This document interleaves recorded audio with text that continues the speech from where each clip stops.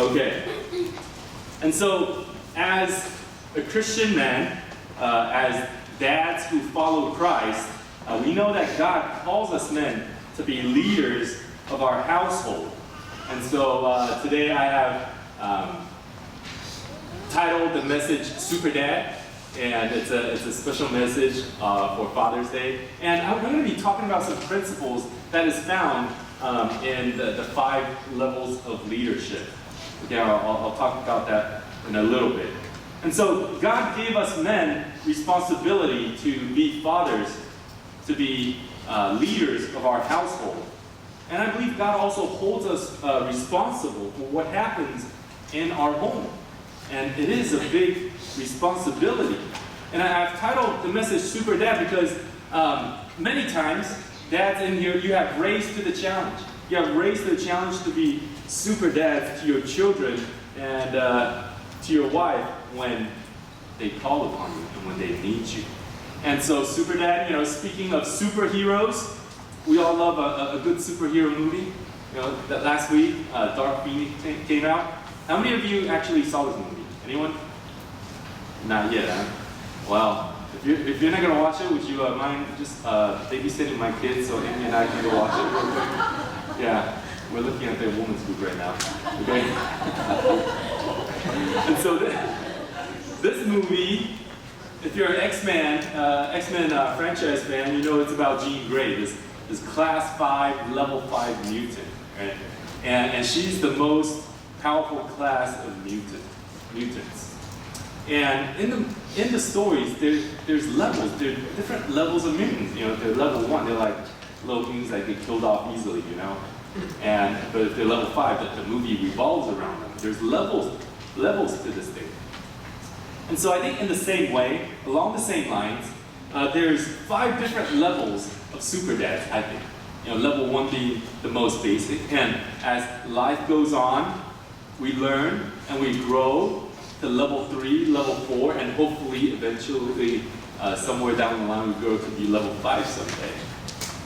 And dads are supposed to be the leaders, the primary influencers of their household. God gave us that responsibility. And so according to the number 1 leadership expert in the world, John Maxwell, he says that there are 5 levels of leadership. And so today, I'm going to adapt the concepts from the book and talk about the dad's leadership role in the family. Okay? But first, let me take you back in time, dads, specifically dads, and mom, you can do this too, okay? Just a little exercise. Do you remember the first time you held your first one? Do you remember? Or is it too long ago? It's like 50 years ago, you forgot. Do you remember the first time you held? Do you remember who your first one is? Go get your kids confused. Do you remember the first time being a father?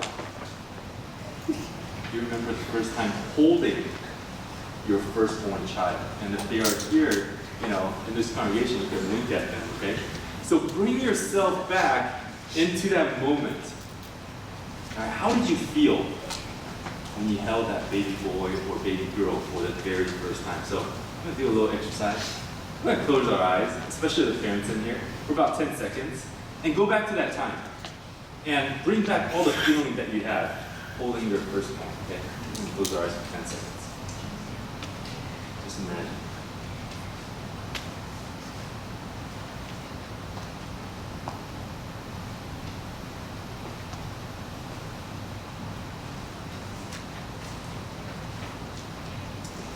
Okay. Did that bring back some feelings that's kind of deep within? It's been gone for a long time, but you kind of brought it back for a split second. Do you have a word, an adjective to kind of describe how you felt in that moment? We can be interactive today, okay? Then you're smiling too much. You're enjoying that moment way too much. You're still in that moment. Like, how did you feel? Like, just picturing, holding Kelly for the first time. How did you feel? Very happy, but very scared. very happy and very scared, right? How about you?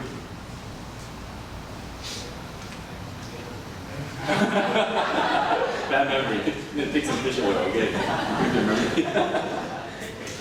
Okay, so I remember that back in 2010, when we first gave birth to our son Micah. This is Micah right here. I know it looks like every single other child that we have, but that's Micah. Okay. And when my wife gave birth to this little baby boy, I remember just thinking, man, I've never met this little guy. This is the first time that I've seen him. And in a strange way, we felt like strangers meeting for the first time. I'm like, you're a little stranger. It's like, hello, I'm your dad. Nice to meet you.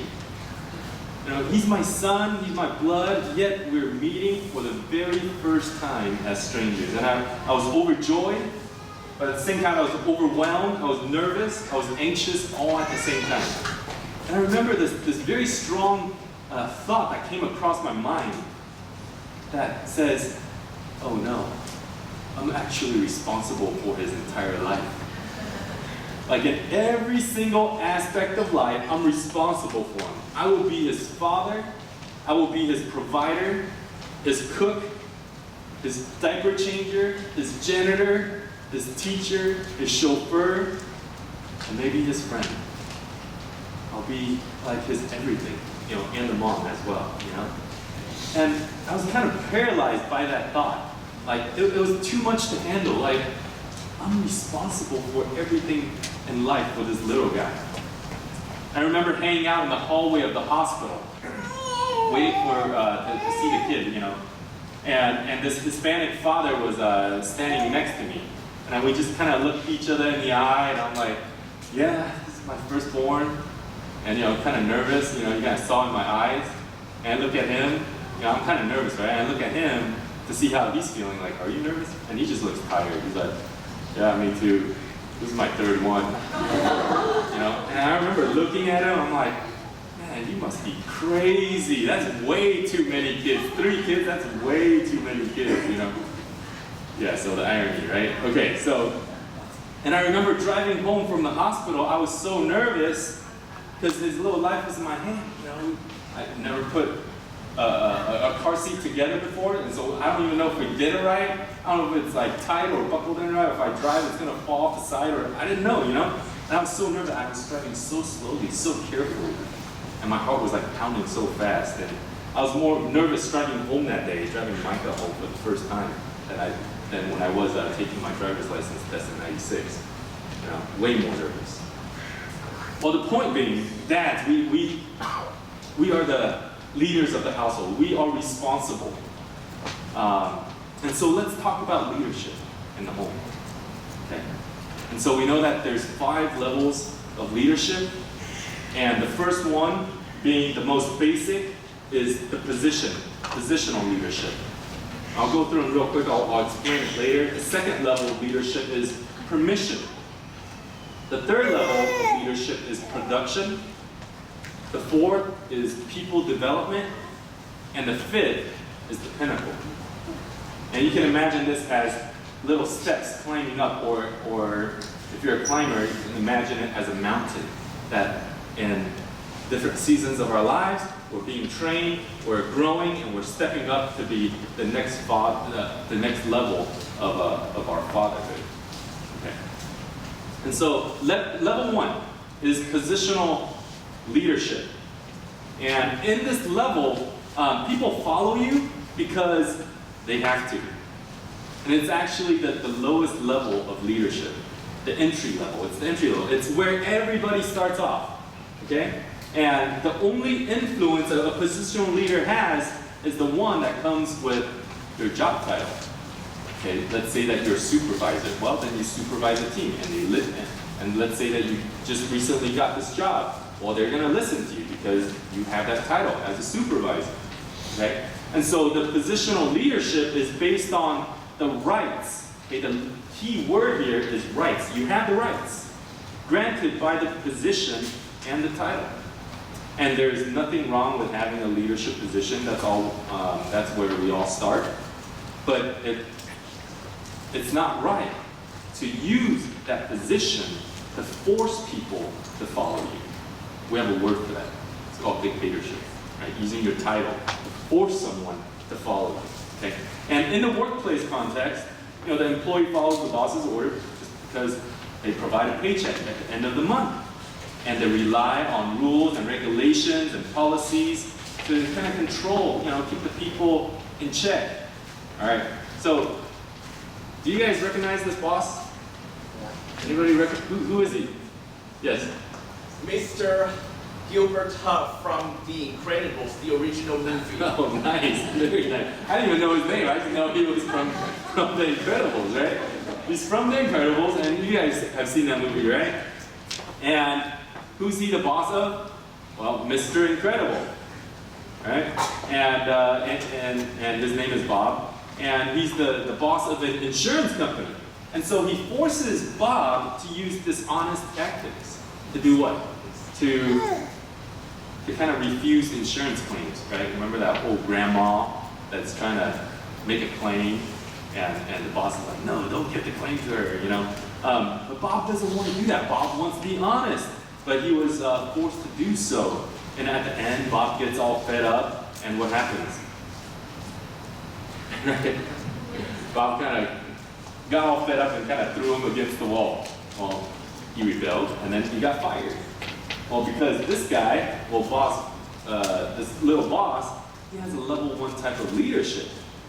And in this type of company, well, they have high levels of turnover, meaning that employees, they don't last very long, maybe 3 months, 6 months, a year or two, and then they leave. So at a level 1 company, and employees, if they get off at 5 p.m., at 4:30, they'll start packing their stuff. They'll start cleaning their desk, right? At 4:45, they'll start changing their shoes into tennis shoes, and at 4:59, they're getting ready to sprint out of there, And at 5 o'clock, they left so fast, there's not a soul in the office. That's a level 1 organization. Well, in the Bible, we see a level 1 leader, and his name is Rehoboam. And he's the son of, who knows? The son of King Solomon. And King Solomon, remember, he was a wise king, very prosperous, and he built a lot of things, a lot of palaces. And well, when you want to build palaces, what happens? Where are you going to get the money? You're going to tax your people. You're going to tax your citizens, right? So Solomon taxed his people a lot. When Solomon died, the people came to Rehoboam and said, your father was pretty tough on us with taxes. Can you lower the taxes a bit? Just let it be reasonable. And Rehoboam, instead of lowering the taxes, he wanted to flex his bicep as king, and he actually raised the taxes. And he said in 1 Kings, he said, yes, my father laid heavy burdens on you, meaning taxes, but I'm going to make them even harder. My father beat you with whips, but I'll beat you with scorpions. Oh my. Horrible. Horrible king, Well, the king had the position, he had the authority to raise taxes, but what happened? The people rebelled. And he went down in history as one of the most horrible kings and one of the most ineffective kings of Israel. Because he was a level 1 leader, a level 1 king. He used his position to force people to do things, okay? Well, what does level 1 leadership look like in the home? We translate that, it becomes children follow you because they have to. Children follow you because they have to. What does that look like? Okay? We see some of these funny Asian dad memes, right? Like, finish your work, then you can play the piano. Right? Son, you can be anything you want, doctor or engineer. Or Facebook, why don't you Facebook and study? Okay, this is kind of like what level 1 positional dad looks like. And some of you parents, you're like, why is this funny? I don't get it. That's exactly what I say to my kids. But when I think of an authoritarian father, I even think about the Sound of Music, the Von Trapp family, right? The captain uses a whistle to get all his kids to line up. You remember that scene? He goes, woo, and then they all boom, boom, boom, boom, and then all walk down the line, right? And the kids are kind of scared of the captain. And when I first saw this, I was 8 years old, and I was scared of the captain. I was like, if it was my dad, I'd be scared of him. And it is important that your children respect you as a father, respect your position, but when you use punishment as the only source of motivation, you get stuck in this level 1 positional leadership. And the result, what's the result of this? Kids don't want to come home. Once they get their license, you'll find that they're out all the time.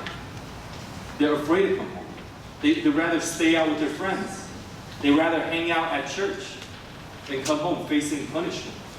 And I remember Pastor Roger, he came like last month to share his testimony. And I remember him sharing about his upbringing, that he has a level 1 dad. His dad was very mean, very abusive, physically abusive.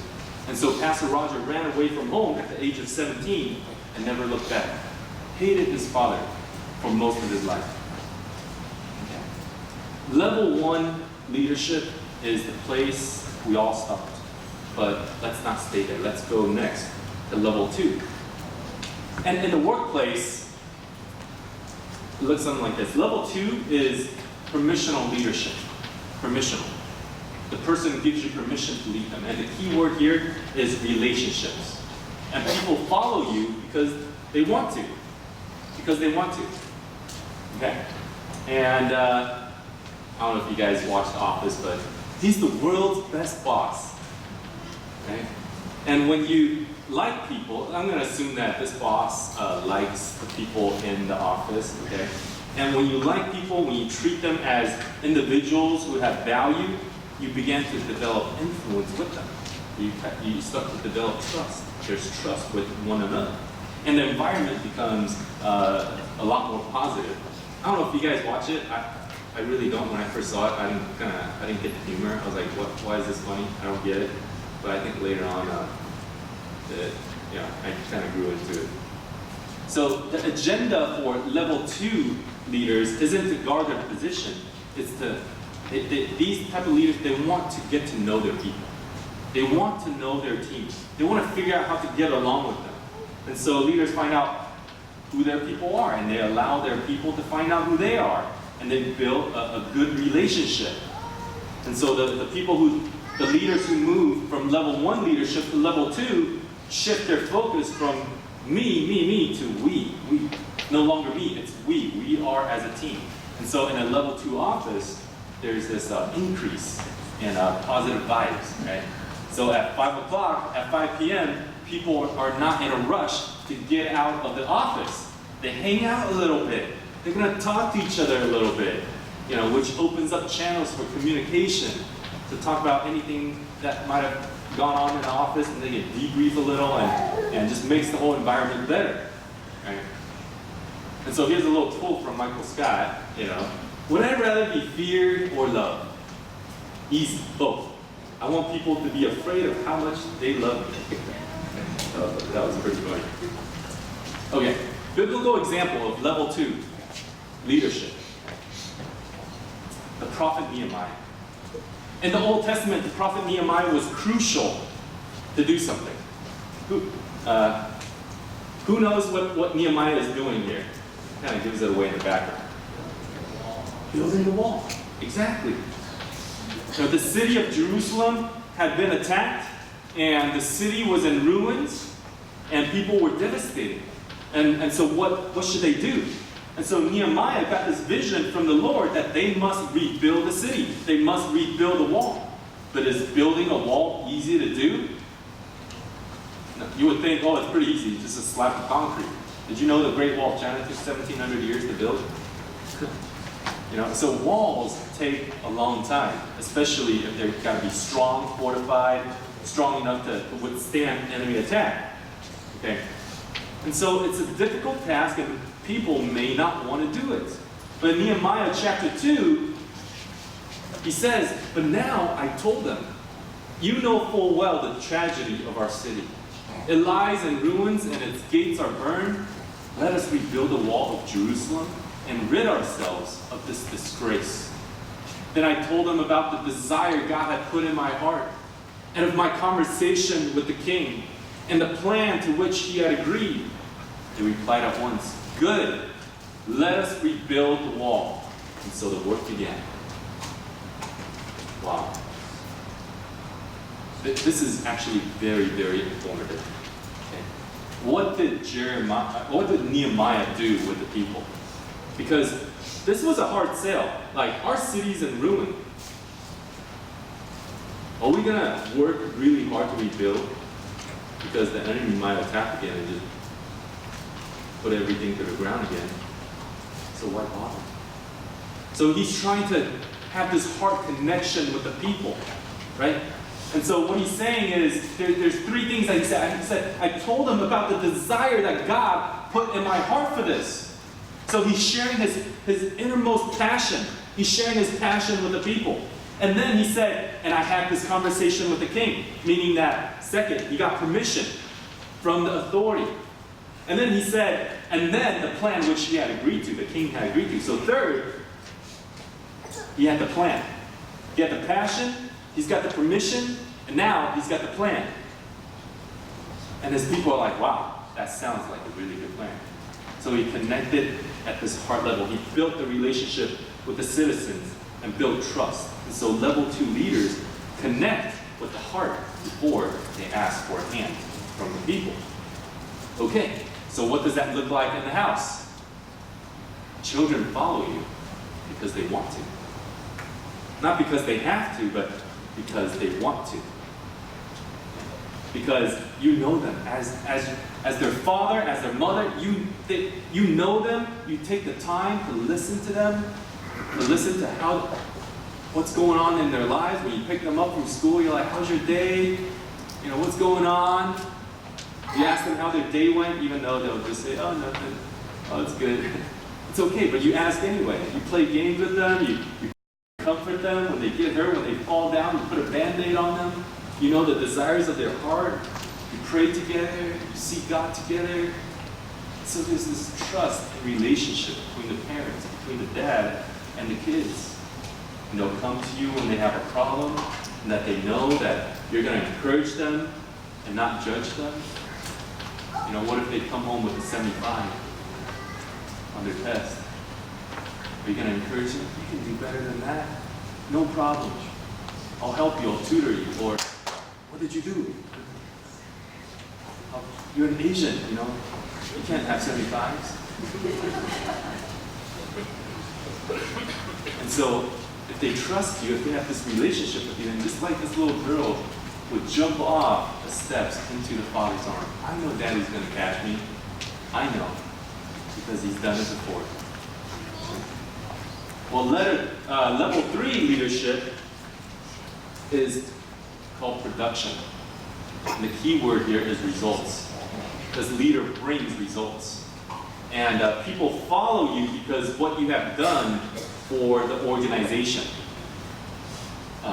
One of the dangers of getting to the permissional level, the level 2, is that the leader may be tempted to stop it because everything's going well. You know, in the company, you create this friendly atmosphere, and people are talking and joking with one another, and they like to hang out, and you guys go out to lunch together. So it's good. The company's good, you know. But the danger is to stop it. But a good leader doesn't just create this pleasant working environment. They get things done. That's why they move up to level 3, which is based on the results. They get the sales results. They get the project done. They get the construction projects done. Whatever it is, they meet the deadline. They meet the sales goals, okay, at the workplace level. And so in this production level of leadership, leaders gain influence and credibility. And people begin to follow them because of what they have done for the organization. And many positive things begin to happen when leaders move to a level 3 position. Okay. Work gets done. Morale improves in your office. Profits go up. Turnovers goes down. Goals are achieved. And it's also at level 3 where momentum gets set. You know, what is this? This is like a bullet train, right? It goes pretty fast, by like 200 miles an hour. You know, and when this train is at full speed, it has momentum. Right? You put anything in front of it, it's just gonna run over. You put a concrete wall in front of it, like a huge concrete wall. You put it in front of this train, At 200 miles an hour, it's going to run right through that concrete wall. Imagine that concrete wall as this big barrier, this problem in life. But if you're a level 3 leader, you can get things done. You can just run through it. But if you have no momentum, let's say that this train is going at 0 miles per hour. It's not even moving. You can put a glass window right in front of it and it won't be able to break. Can you imagine that? With momentum, it can run through a concrete wall. Without momentum, it can't break a glass window. Biblical example of a level 3 leader. King David. King David. We all know his story well. We studied the life of King David last year or 2 years ago, right? And King David started out as a fighter, started out as a shepherd boy, and then fought Goliath, gained the respect of the nations, became a military general, defeated surrounding enemies. And so after that, what happens in 1 Chronicles, it says that all Israel came together to David at Hebron and said, "We are your own flesh and blood." In the past, even while Saul was king, you were the one who led Israel on their military campaigns. And the Lord your God said to you, "You will shepherd my people Israel, and you will become their ruler." So even when Saul was still king, the people, the elders, the people of influence, of reputation in the nation, they knew that David is the one that gets things done for the nation or the organization. And so when the time came, they anointed him as king. They're like, "You are the one that we are going to follow." And people follow King David because of his contribution to the nation of Israel. And in history, we know he became one of the greatest kings ever. Right? Ruled, I think, for 40 years. So what does level 3 leadership look like in the home? I want you to look at this picture, okay? Would you describe to me what's going on in this picture? What's going on? I mean, obviously it's symbolic, right? Like, it's not real. Like, a man can't carry tiny people on his shoulders. But what do you think this picture is saying? It's this father carrying the home on his shoulders, right? Like the burden is upon him to provide for the family. And so you can see this little boy talking to the mother. I want you to guess what he's saying. Can you guess what the boy is saying to the mother? Huh? Can you say it loud? Where's Daddy? Where's Daddy? Where's Daddy? Dad is so selfish. He never gives us time. But sometimes that can happen. You know, Dad has a lot of responsibility, has to work, maybe has to, go out and like go on business trips, and not home a lot. And the kid doesn't understand. The kid is always like, "Oh, where's Daddy?"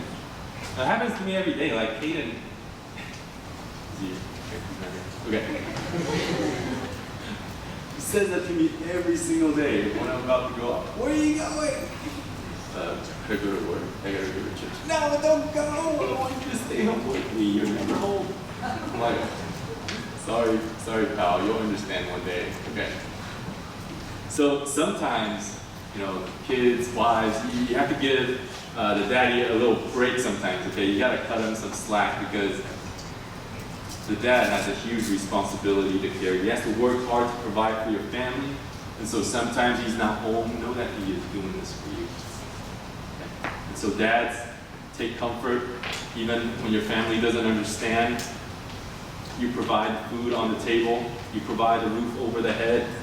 You send them to good schools, good universities so that they can have a bright future. So one day when your kids grow up and they start to have kids and they have to provide for their family, they will start to understand why you're not home sometimes. Okay. Level 4 leadership is people development. People development, and the key word here is reproduction. And at level 4, people follow you because of what you have done for them. They follow you because of what you have done for them. Okay? And here's a really good quote by John Maxwell. He says, leaders become great not because of their power, but because of their ability to empower others. That is so good. That is so true. Leaders are great not because of their power, but because of their ability to empower others. What does empowerment mean? It means that you give power, you give authority, you give resources, you give energy, time to other people so that they become better. And when they become better, it reflects on you that you are a good leader. Okay? Whatever you have, you invest it into others, empower them. And that's what leaders do on level 4. They use their position, they use their relationships, they use their productivity to invest in the followers, and they develop them until those people become the leaders in their own right. And so the result is reproduction. Now you have a team of leaders that you can use. And I know that's like Tim's specialty, right? He trains store managers, he trains regional leaders of his company. I know that's what he does. I admire him so much for his great leadership skills. Because he trains leaders that lead their organizations. And those are the people who get results. And level 4 leaders change the lives of the people they lead. And as a result, people want to follow you because of what you have done for them on a personal basis. And these relationships often become lifelong relationships. When you invest that much into a person, you become friends for life. And this is people development. A great biblical example for level 4 leaders, the Apostle Paul. Apostle Paul. Level 4 leadership is the true essence of biblical discipleship. In this time, the Apostle Paul, he had a lot of people that he's trying to raise up. And one of them is Timothy. Timothy, young man, probably in his young 20s. And Paul is just pouring everything into Timothy, right? Giving him everything he knows. And he says to Timothy, you have heard me teach things that have been confirmed by many reliable witnesses. Meaning what? What's he teaching Timothy? He's teaching him about the gospel, teaching him about the Lord Jesus, teaching him about biblical truth, right? And so you have heard me teach things, Timothy. So I'm teaching you, Timothy, of these reliable things. Now, teach these truths to other trustworthy people. Okay, so now Timothy, you teach these truths to other people who will be able to pass them on to others. So those people would pass on to another generation. So it's 4 generations of discipleship, 4 generations of reproduction. Paul to Timothy, Timothy to trustworthy people to others. Okay, this is the essence of true biblical discipleship. And you know, we have our DTS, you know, at 11:30. Hopefully, you guys will still be here, okay? But in DTS, what's the goal of DTS? It's so that we give you the resources and train you so that you can live out your faith outside of these church walls, right? And you have been through DTS, you know that we're not just all about knowledge here.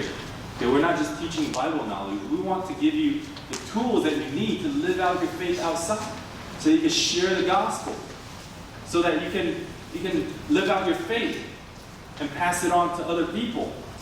And our desire is that if we train you, if we teach you, our desire is that you will in turn train and teach other people.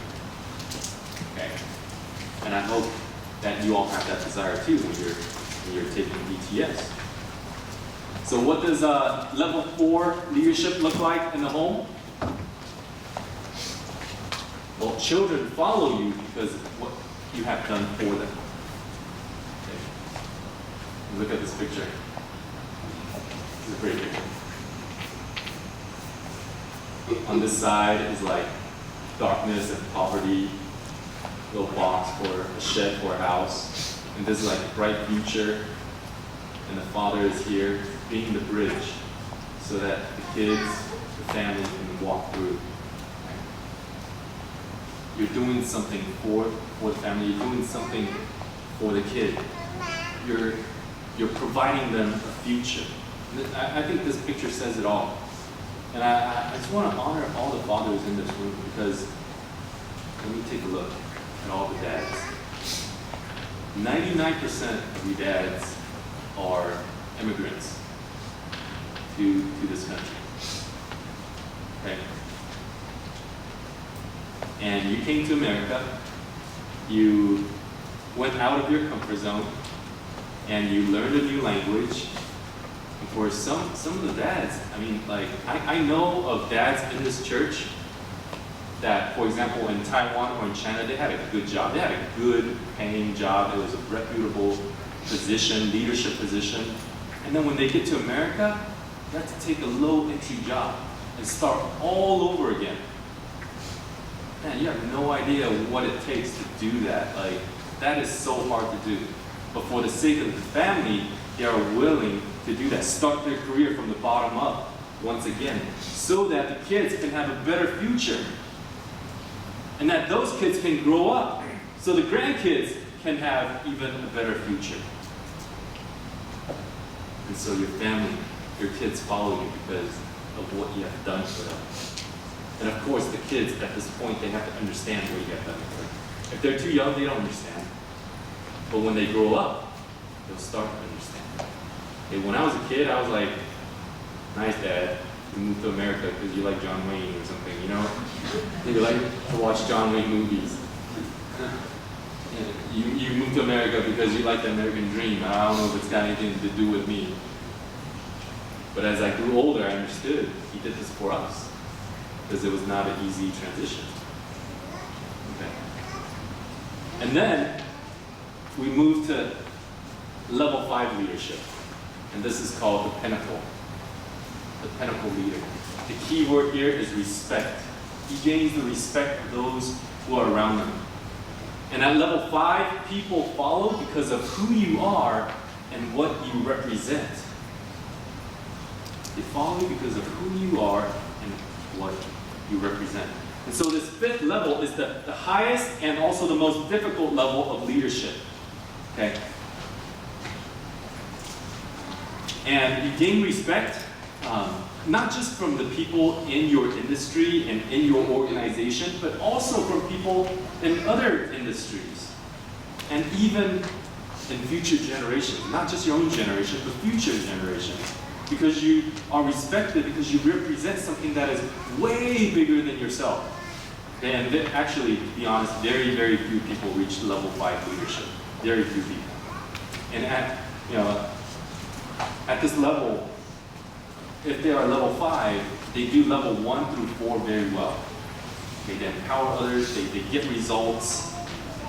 And level 5 leaders reproduce level 4 leaders. And these Pinnacle leaders, they just stand out from everyone else. I mean, I got 3 examples right here. Everybody in this room knows who these level 5 leaders are, right? And if you don't know who they are, oh boy. We're gonna have another conversation, okay? Abraham Lincoln, what does he represent? Actually, I'll find out right now if you know who they are. What does Abraham Lincoln represent? You know he's the president, but what does he represent? Huh? Equality, right? Freedom from slavery. You know, the nation went to civil war. And he's the symbol of that, of equality for black and whites and people of color. What does Martin Luther King represent? Also equality, right? Discrimination, prejudice. And what does Mother Teresa represent? Huh? Love, dignity. Bring dignity to the dying, to the poor, to the diseased, they're marginalized, that nobody wants to touch. She goes and feeds them, clothes them, put Band-Aid and stuff on them to help them bring dignity to the dying. Right? Because of what they represent, we still talk about them. And this is what? I mean, how long ago did Abraham Lincoln live? I don't know, the 50s? Oh no. 1850s, right? And then the 1950s, and then Mother Teresa lived forever, lived for the whole century. And so 100 years later, 200 years later, we're still talking about them.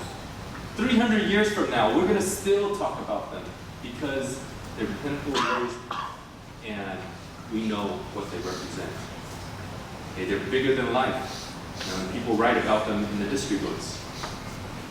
Biblically, who is a level 5 leader? We can only go to our Lord Jesus Christ. Right? Ultimately, Jesus is our greatest role model of a level 5 leader. Because Jesus is the one that empowered every other level 5 leaders on earth. Okay? Abraham Lincoln was a devout Christian.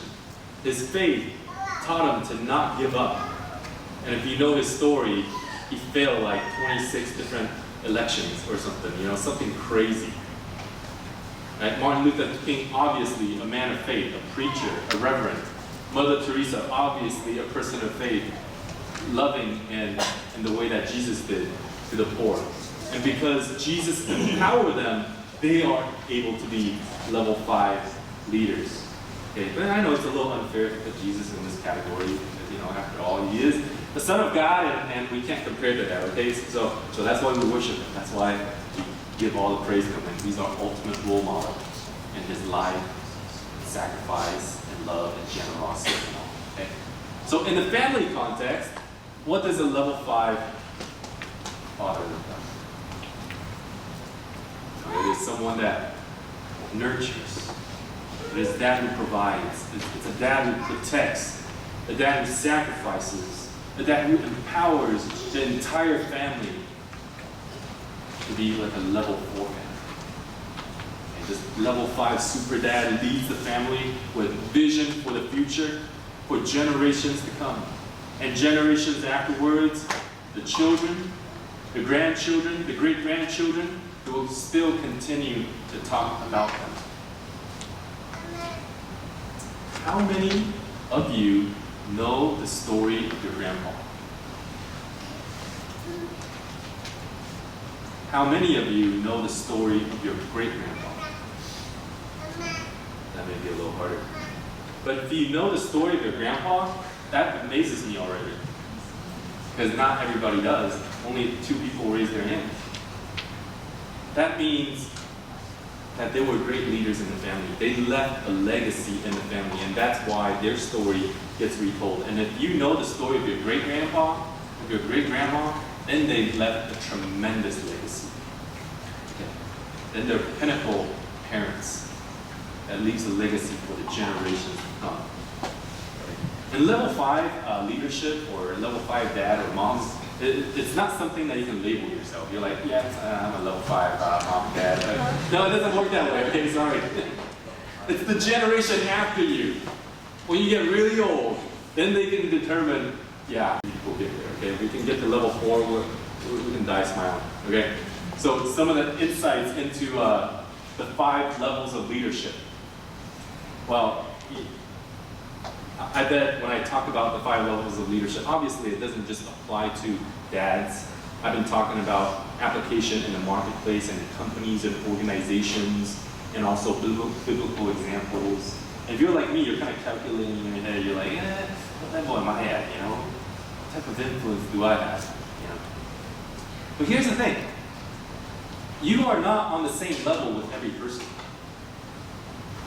Even as a dad, you may be a level 3 dad with your firstborn, but like a level 1 dad with your thirdborn. You see what I mean? Like, one child may respect you a lot and listen to you and everything you say, and they really look up to you. And the other child is like, Oh, please get out of my face. I don't want to listen to you for another second. Like the discrepancy can be huge. So, yeah. She wants to listen to me, okay? Not the other one. I got a huge discrepancy in my own house, okay? Of my leadership, okay? So with every single person, especially with the person that you just met, you're at a level 1 with them. That's an entry-level relationship right there, okay? Because these things take time to build, okay? And the thing is, the higher you go, the easier it is to lead. And so, we want to cultivate ourselves. We want to be intentional in our own leadership development. That's true in the workplace, that's true in the church, that's true in our own home, okay? And again, John Maxwell, he has a famous saying that, what is leadership? Leadership is influence. Nothing more, nothing less. Okay? Leadership is influence, and we all can grow in our influence. And also, moving up levels occurs slowly, but going down happens quickly. Very true. And you can rise to the top, work hard your entire life to be a level 4 leader. You do one wrong thing, there you go. Fall all the way back down, okay? And then not climbing the levels limit you and your family. So as a dad, if you don't grow in your leadership, your family gets stuck. And that's kind of, it's kind of a scary thought. I don't want my family to be limited because of my own limitations. But that's the truth. And then finally, it's time to go to the next level.